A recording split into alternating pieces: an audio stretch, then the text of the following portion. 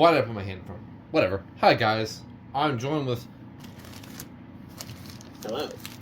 the dude in the background. We have a dude. I'm sure you know who this is. And today we have a modern smoke alarm unboxing. Something that would get probably more views than a vintage alarm unboxing.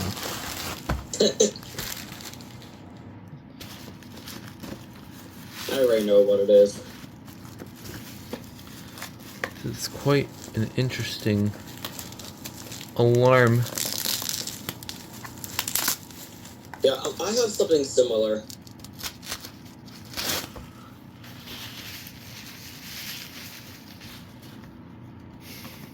This right here is the Kidde KN-COB-DP-H. KN-COB-DP-H? This is my video.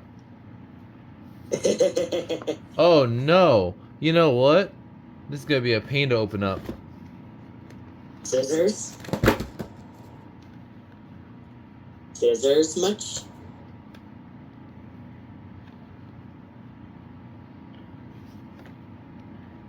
I'm gonna have to use the fat ones. Do I have my fat ones out? Like a 1990s Kidde package all over again. Screw it. We're destroying it. I don't care. I'm getting... You're destroying it? What the freak? I don't care. I'm gonna throw this out anyway. I never keep clamshell packagings.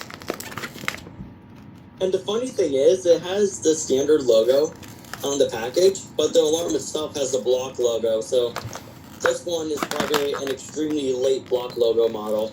We'll see.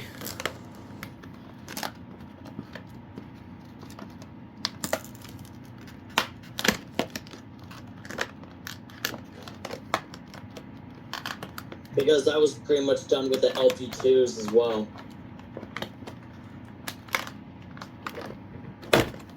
Yeah, this is gonna get thrown out, like, immediately. So you can care less about the package. I really don't. I usually reserve those. I don't give a... Is the manual in there? It is. It's just in the other side. Okay. So there it is right there, the manual.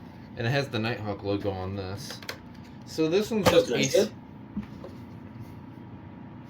Oh, interesting. So this one's AC only. There's no battery backup on this one. Let's see. Tape? Yeah, I'm looking for that.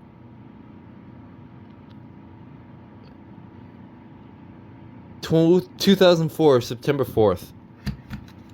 Damn, that's early. And that's early, but probably really late for a block logo model. Yeah.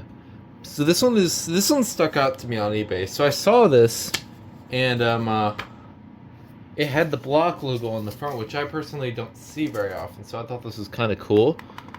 So this one, I decided to buy it.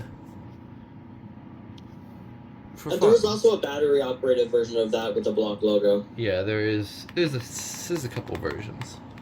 This button feels like a typical Kidde clicky button. And the alarm itself, I don't know if this is going to be loud or it's going to be quiet. We'll see. So, oh, by the way, you cannot push the test button just yet, because of what I found out with the similar one that I have, it has like the same boot up phase as the KN-COB-DP-H have. So you're gonna have to wait about like 20 seconds before you can actually push the button. Okay. So, I guess try it now, see if it does anything. okay, it's gonna be loud. Okay, it should test.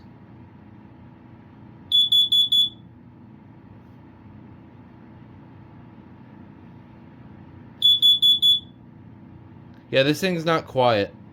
So this is the only testing I'm doing of this. Yep. Well, it does make sense because the horn is literally exposed.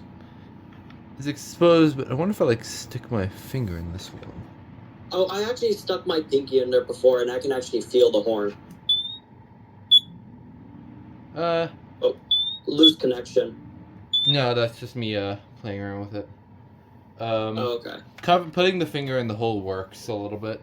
Makes it slightly quieter. And you heard the dying sound. It kind of sounds funny. Yeah, but it basically, it's the same dying sound as my KN-COB-DP. Anyways,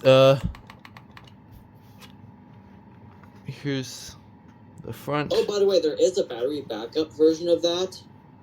Yeah, I believe that's the And the LCBA. thing... oh, I'm sorry? I believe that's the LCBA, if I remember correctly. Yep, that's correct. The KN-COB LCBA. I do have the Canadian version, but they're the exact same. However, the one thing I noticed with the battery backup models, there is a tamper resist feature like the DP2 does, but that feature is on by default. Unlike the DP2s where it's off by default. And I actually found that out the hard way with mine. Okay. Well, I really don't have anything else to say about this unit. This is just a collection item, obviously, just to add. So, it's cool. For what it is, it's a neat little 2000s Kidde unit from back in the day, so... Yeah, I was about to say that. Cool. It's definitely a nice 2000s unit. Yeah.